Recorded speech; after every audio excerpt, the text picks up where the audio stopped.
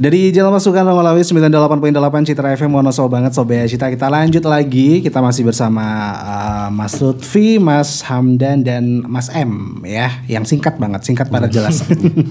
Oke, Sobat Cita tadi kita udah sempat sedikit menyinggung gitu ya. Ini beberapa kegiatan yang sudah dilakukan atau akan dilakukan atau mungkin juga keresahan-keresahan dari para PMI ini Sobat Citra ya, di mana pergerakan mahasiswa Islam Indonesia ini sangat penting sekali sebenarnya untuk kemajuan Indonesia gitu ya. Dan kita fokus ke Wonosobo karena kita ada di Wonosobo dan ini PMI-nya juga Wonosobo ya. Yeah.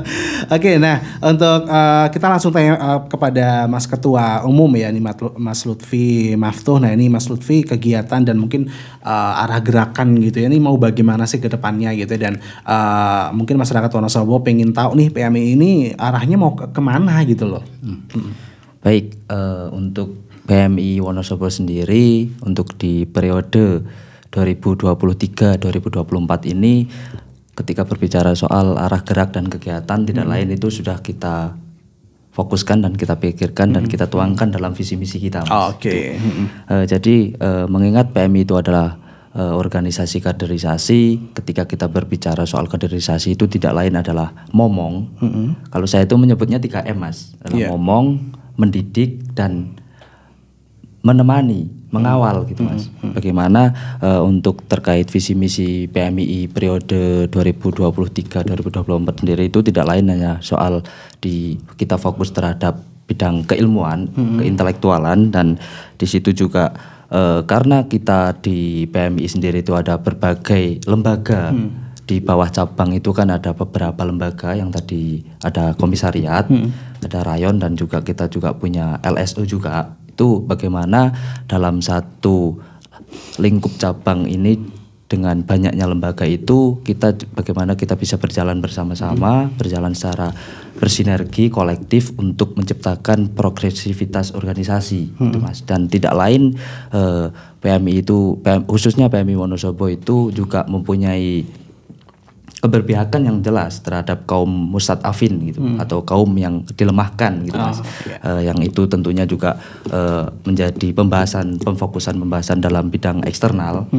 Terus di situ kita juga bagaimana menciptakan ruang aman, ruang nyaman dalam berproses di organisasi gitu Mas. Iya gitu ya Sobat Citra. Dan mungkin bisa cerita sedikit ini Mas Lutfi, awal terbentuknya PMI itu bagaimana sih gitu. Kan ini terbentuk udah lama banget ya, 1960, bahkan untuk Wonosobo sendiri 1990 ya. Ini bisa sedikit aja cerita nggak Mas Lutfi? Untuk Wonosobo nggak apa-apa deh, Wonosobo aja. Untuk Wonosobo sendiri ya Mas, yang sedikit ya Mas. Tidak lain adanya PMI sendiri khususnya di Wonosobo itu tidak lain dengan berkat salah satu tokoh juga di Wonosobo, yaitu beliau Kiai Haji Muntaha Al-Hafidz, yang dimana beliau juga mengizinkan untuk berdirinya PMI karena PMI itu kan adalah organisasi mahasiswa ya Mas. Dan waktu itu salah satu universitas atau lembaga yang setingkat universitas itu adalah IIKI Mas.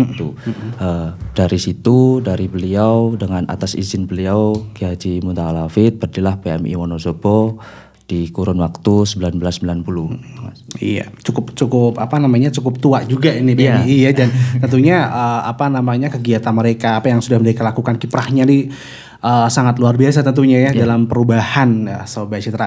Oke, dan ini dalam waktu dekat ini kabar-kabarnya ini juga akan ada program Urun Rembuk Bangun Wonosobo ya.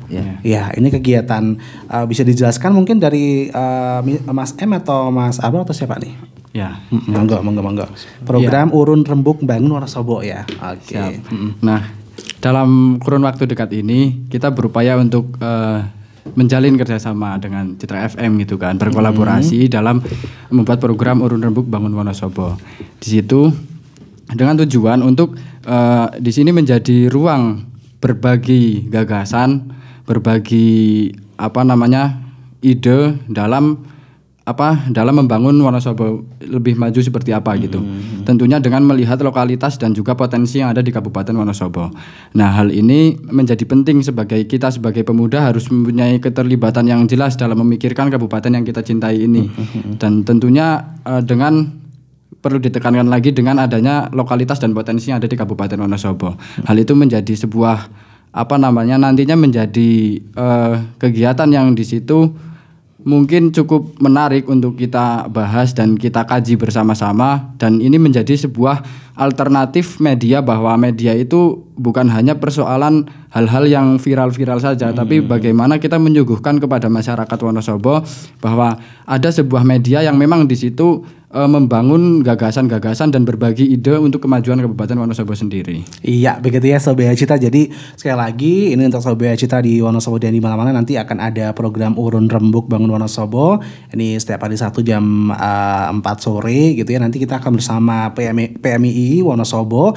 Nanti banyak banget deh pokoknya ya hal-hal yang akan kita bahas seputar permasalahan yang muncul di masyarakat ya, untuk bersama-sama menyampaikan atau mendiskusikan ya, dan kemudian bisa meneruskan pada stakeholder ataupun pada pejabat terkait ya, dan tentunya bakal ada tema-tema menarik berikutnya Sobat Citra ya. Nanti banyak banget soalnya ya untuk PMI ya, kader ya gitu ya. Iya, dan nanti tentunya bakal setiap hari Sabtu ini bakal akan membahas sesuatu yang menarik sekali Sobat Citra. Oke, kemudian kita ke masalah ke pribadi masing-masing aja dulu ya.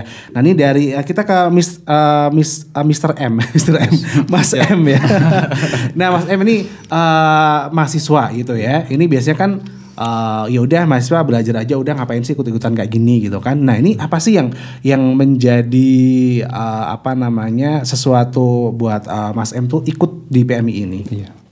Oke, terima kasih. Ini alasan yang paling mendasar itu kan ketika kita ospek dulu ya. Saya ingat dulu itu kita selalu ditanamkan tridharma perguruan tinggi gitu kan. Jadi itu hal yang paling melekat dalam seorang akademisi. Artinya seorang mahasiswa itu lebih dari siswa, maha dan siswa, itu kan sebuah keagungan sebagai seorang yang sedang menuntut ilmu. Nah, di tridharma perguruan tinggi itu ada yang namanya pendidikan, penelitian, dan pengabdian. Nah, saya cross check satu persatu kan pendidikan. Kita pendidikan itu tidak hanya duduk diam ya, tapi kan kita juga harus menggali sesuatu yang lebih, karena kita dianugerahi suatu privilege yang tidak semua pemuda itu bisa mengakses, yaitu kuliah gitu kan. Karena di Konoha ini kan kuliah juga nggak sembarang orang bisa masuk ya, karena memang bagian problem yang melingkupinya gitu kan. Itu pendidikan. Nah, pendidikan sekarang kan nggak hanya di kuliah, tapi pendidikan itu di mana saja, dengan siapa saja, dan dimanapun kita bisa belajar pendidikan gitu kan. Itu yang poin satu itu Mas. Yang kedua itu ada penelitian gitu kan. Karena penelitian itu menurut saya itu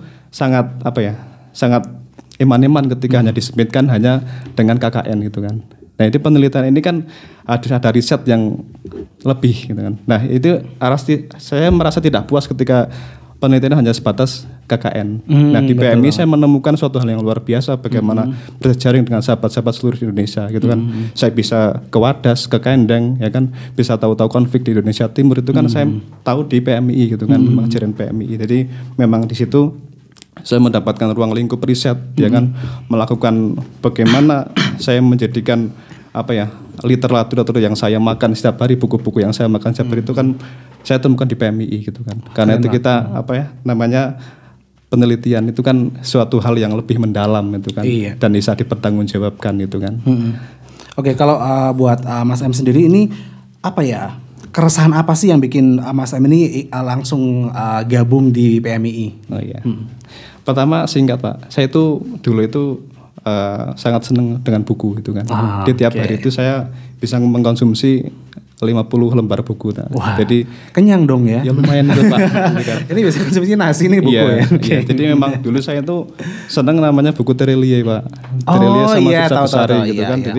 Jadi pas itu saya diracuni sama teman saya, itu Mas Agus dari Kaliwiro itu kan, dia juga aktivis. Dia meracuni buku satu buku yang mungkin menjadi mantra bagi saya gitu kan, menemukan buku-buku yang lain, yaitu memasuki Belantara Filsafat. Itu karyanya Brian Mitchell lah. Tebalnya itu 570 halaman gitu kan. Nah, dalam halaman awal itu disebutkan kamu itu harus menggali sesuatu yang lebih ya kan. Ketika belajar filsafat itu kan kamu belajar, contohnya ini Mas. Ini kan ada bayangnya gitu kan. Ketika orang umum itu tidak belajar filsafat itu kan belajar hanya bayang-bayang saja. ketika orang berfilsafat itu melihat tangannya gitu kan.